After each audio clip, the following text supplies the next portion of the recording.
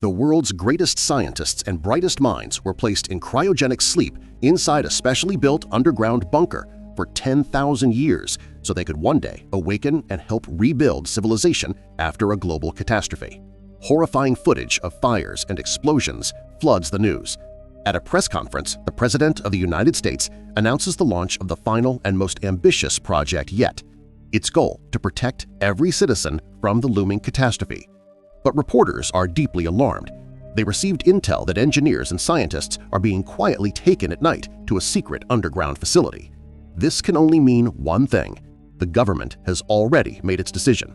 They'll survive. The rest won't. Deep beneath the surface, in one of the bunkers, a man begins to awaken from cryogenic sleep. Climbing out of his pod and slowly regaining his senses, he surveys the control panels and computer systems, then heads off to wake his partner. But his partner is already awake, pleading to be released from his capsule. Once free, the man complains that his own sleep cycle was longer than his colleagues. Shaking off the last traces of grogginess, he walks over to the computers, runs a systems check, logs in to confirm they're both alive, and checks the air quality on the surface. The results are disappointing. Just like in previous cycles, the air is still toxic. As they review the list of tasks scheduled for this brief wake-up period, one of them, an engineer, notices seismic activity near the surface. That's a very bad sign, but Bauer brushes it off. If the quake had truly damaged the bunker, they'd already be dead. Toxic air would have seeped in and killed them while they slept. They divide the tasks and get to work. They only have 2 hours before the cycle ends, and 20 minutes are already gone. After a brief pause, the man steps toward the board covered with photographs. Suddenly, a woman's voice breaks the silence from behind him. Turning around, he sees a young woman smiling softly. She tells him he appeared in her dreams last night. Their conversation is abruptly interrupted by Bauer, who asks if his partner has finished the system's diagnostics. Reluctantly, the man steps out of the room and gets back to work. But the woman reappears behind him, clearly upset that he hasn't told Bauer anything about her, even though he promised he would. Feeling a flicker of guilt, the engineer promises to share everything soon. Bauer overhears the exchange and looks puzzled, unsure who his partner has been talking to. Not wanting to explain, the man buries himself in the life support diagnostics for the scientists asleep in the cryopods. When Bauer returns, he immediately senses that his partner has been communicating with someone from among the sleepers. With barely concealed irritation, he vents his frustration. He's tired of wasting his life on these sleeping scientists. He doubts the air will ever be safe to breathe. And while these people remain frozen in time, they're slowly losing their own lives taking care of them. He also can't understand why these scientists matter at all, especially that odd herpetologist on board. His partner patiently explains that the herpetologist specializes in reptiles and amphibians, and that these scientists are humanity's last hope. They're the final keepers of crucial knowledge, without which mankind has no chance of rebuilding. But Bauer remains skeptical, unconvinced by the argument. Walking down the corridor, the engineer tries to convince Bauer that their work is critical, but Bauer isn't budging. After finishing his tasks, the engineer sits down to watch TV while Cartwright digs into the records and calculations to figure out how long it'll take for the air to clear. Bauer, though, isn't interested in listening. He's glued to a program he's already seen dozens of times. Right after the game, the news segment begins, covering events that happened years ago. The anchor reports on multiple explosions around the world. According to their sources, some kind of hybrid nuclear chemical weapon was used, destroying Tel Aviv earlier that year. The engineer is outraged by Bauer's attitude, but decides not to argue. With 17 minutes left in their wake cycle, he sets about mixing some sleeping cocktails.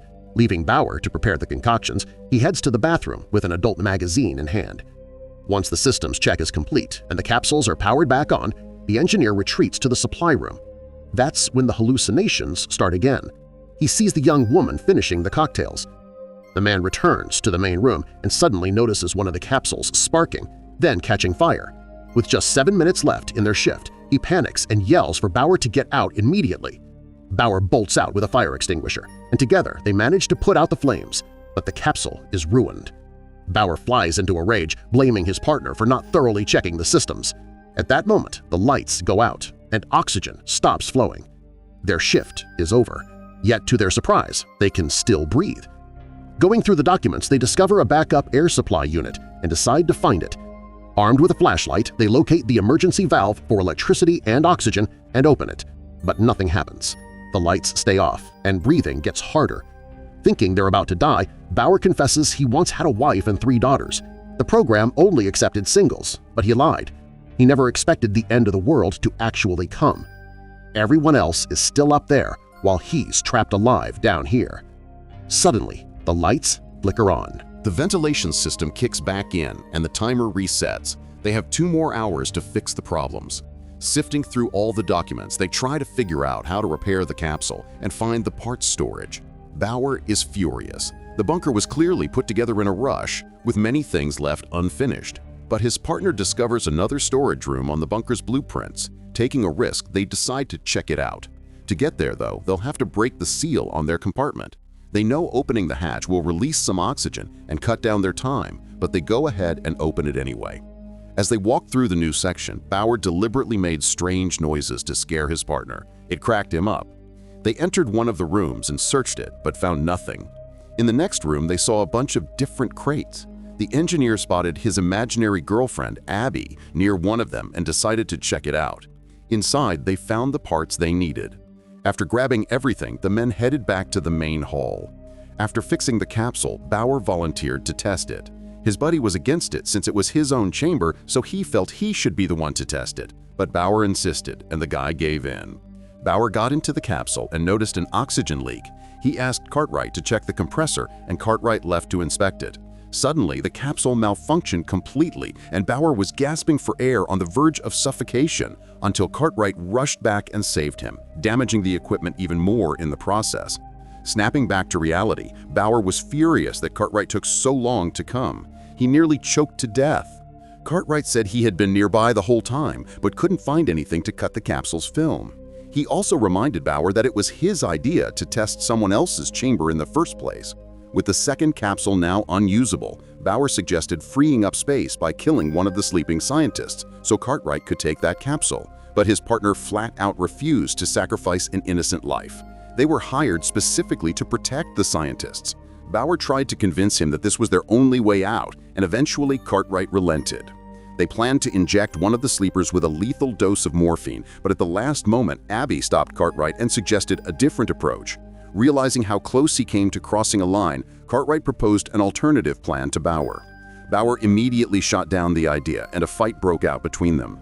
After exchanging punches, the engineer finally agreed to try a different tactic. Cartwright suggested heading to other sections to ask for help. Since other labs were still logging in activity, that meant people were alive there. Bauer hesitated. If they depressurized another section, they'd have even less time, but Cartwright was willing to take the risk. Suiting up in his protective gear, the man left their section to slip into the neighboring shelter and almost immediately stumbled over a dead soldier's body.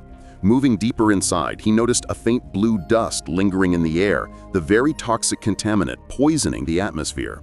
After some searching, he found the sleeping quarters, but everything was dead silent. No power, no signs of life.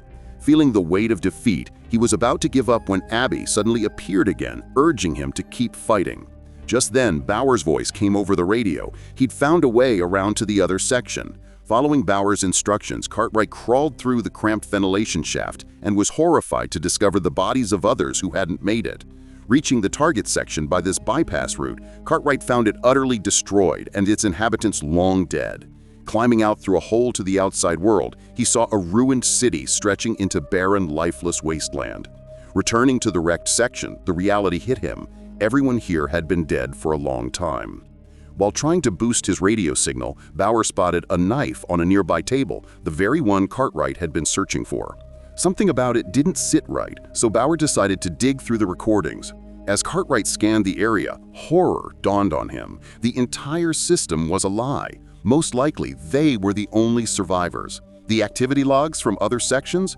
Just a cruel trick to keep the technicians from feeling alone. Meanwhile, Bauer reviewed the security footage and with a bitter edge saw that Cartwright had been right there during his near suffocation and had rushed to save him at the last moment. He realized he couldn't just walk away from all this. Back in the bunker, Cartwright confronted Bauer, who was now gripping the knife tightly.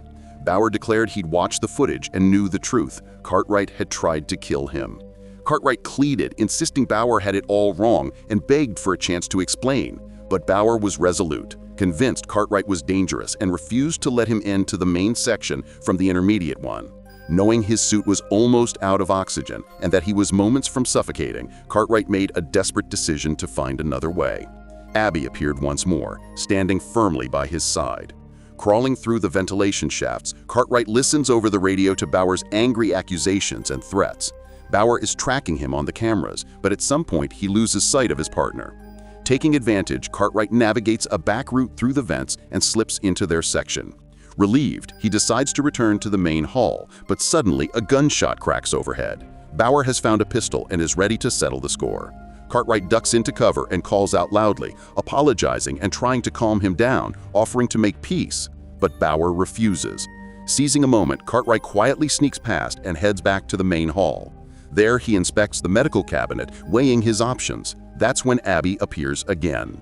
She urges him to kill Bauer before Bauer kills him, but Cartwright isn't willing to give up hope. He believes there's still a way to fix this. Suddenly, another shot rings out. Bauer shoots Cartwright in the shoulder. A fierce struggle breaks out. Cartwright shoves Bauer away and bolts into the cryo chamber room. A small slip of paper falls from his pocket. Bauer picks it up. It's a photo of Abby lying among the sleepers in the cryopods. Bauer tracks down Abby and threatens to kill her if Cartwright doesn't surrender. With no other choice, Cartwright outsmarts him and injects Bauer with a lethal dose of morphine. Realizing it's the end, Bauer accepts his fate, saying goodbye before slipping into unconsciousness. 5 minutes later, the power and oxygen cut out again. Left alone, Cartwright heads for his cryopod. After what feels like an eternity, the surface air finally becomes breathable again. The system automatically wakes everyone from cryosleep. Cartwright, aged and worn, stirs awake with the others and spots Abby among them. Do you think a person can hold on to their humanity when they're completely isolated and all alone? Share your thoughts in the comments down below. Give a thumbs up and subscribe to the channel. See you in the next videos.